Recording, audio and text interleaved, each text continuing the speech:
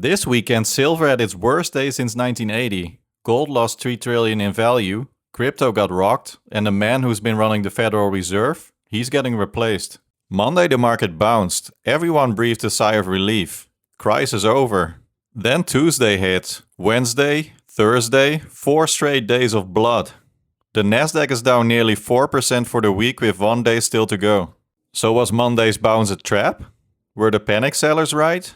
Let me show you what actually happened and why my portfolio just kept compounding through all of it. Let's start with the Fed. They met last week and decided to hold rates steady. No cut, no hike, status quo. For us margin users, this is what matters. Our cost of borrowing is tied to rates. No change means my 4.15% margin rate stays the same. The spread between what I pay and what I earn, still intact. But here's where it got wild. On Friday, Trump nominated Kevin Warsh to replace Jerome Powell as Fed chair. Warsh is a hawk. He's historically been anti-easy money. And the market's initial reaction? Panic. The dollar spiked and everything priced for a weak dollar, gold, silver, crypto, got absolutely destroyed. Let me show you the carnage. Silver futures dropped 31% in a single session.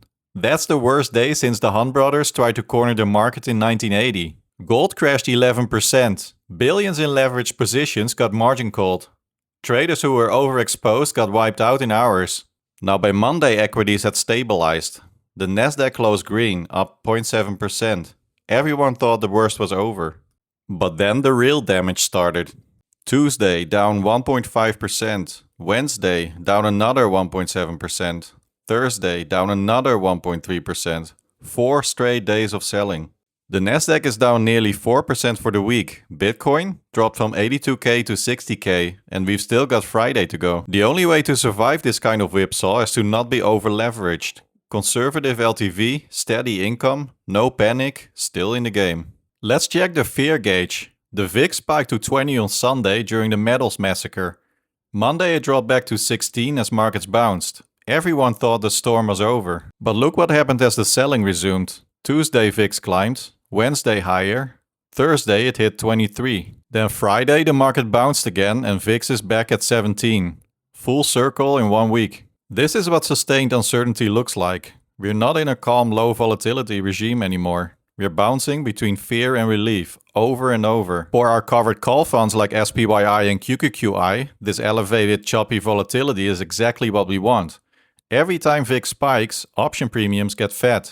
Our funds harvested those inflated premiums throughout the week. So while everyone else is getting whipsawed by the fear gauge, we're just collecting premium from their panic. That's the system working as designed. Alright, enough macro. Now let's look at the numbers that actually matter, our numbers. Main portfolio balance, $32,400. This week's deposit, $150. This week's return, negative 0.48%. The market had 3 straight days of selling, down nearly 2% for the Nasdaq. Through all of it, we held. No panic, no trades, just documented the chaos. Income portfolio balance, $16,100. This week's deposit, $100.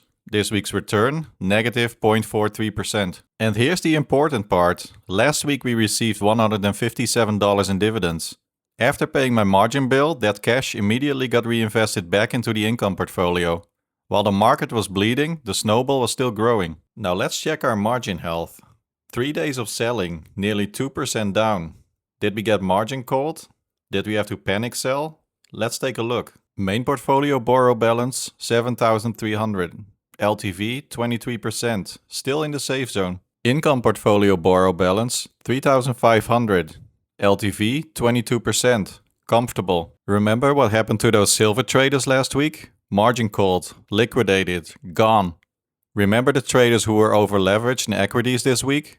Forced to sell into the drawdown. We didn't do that. Our LTV stays conservative precisely for weeks like this. 3 straight days of red didn't trigger anything for us. We just watched and compounded. Here's what I want you to take away from this week. In 1 week we saw metals crash, then recover. We saw equities bounce, then bleed for 3 straight days and then bounce again. We saw crypto dump over 10%. We saw the VIX spike, settle, then climb again. Traders trying to time this got destroyed. Sell metals on Friday at the bottom, miss the recovery. Buy equities Monday at the bounce, write them down all week. Panic sell midweek, lock in losses. But if you had a system, conservative leverage, steady income, no emotion, you just sat there. The metals crash didn't margin call you. The Monday bounce didn't make you FOMO. The Tuesday, Wednesday, Thursday bleed didn't shake you out. The dividend hit on schedule, the margin interest got paid, the spread is still positive. The option premiums from elevated volatility got harvested, and the snowball, it kept rolling. I reinvested the dividend back into the income portfolio. No new positions, no panic selling, no FOMO buying the dip. Just the system doing its thing. Looking ahead, the Warsh confirmation drama is far from over. Senator Tillis is still blocking it pending the DOJ probe. The uncertainty continues, and that means more volatility ahead. But here's what we know. As long as volatility stays elevated, our funds keep harvesting premium. If it calms down, we keep compounding. Either way, the snowball keeps rolling. And unlike the traders who got chopped up last week trying to time the turns, we'll still be here next week to document it. The world panicked about the Fed. Metals crashed, then recovered. Equities bounced, then bled for 3 straight days. And through all of it, we just documented the slow, boring grind of compounding. If you're new here, this is what we do. We use margin to buy income. The income pays off the margin. The snowball grows, no matter what the market does on any given day or any given week. Subscribe if you want to see how this plays out. We just crossed 100 subs.